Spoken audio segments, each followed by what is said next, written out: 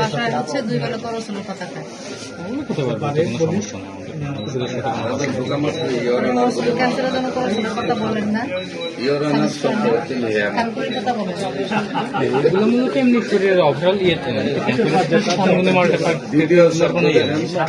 শরীর এমনি নর্মালি শরীরে কিছু অপূর্ণতা থাকে, অনেক সময় রক্ত সরবরাহ থাকে বা অন্যান্য আরও কিছু হরমোন বা লেভেল এগুলো কম থাকে, সেগুলো খেলে দেখা যাচ্ছে কি শরীর সুস্থ হবে।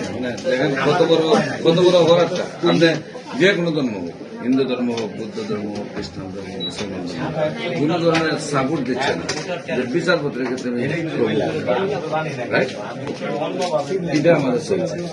দ্বিতীয়ত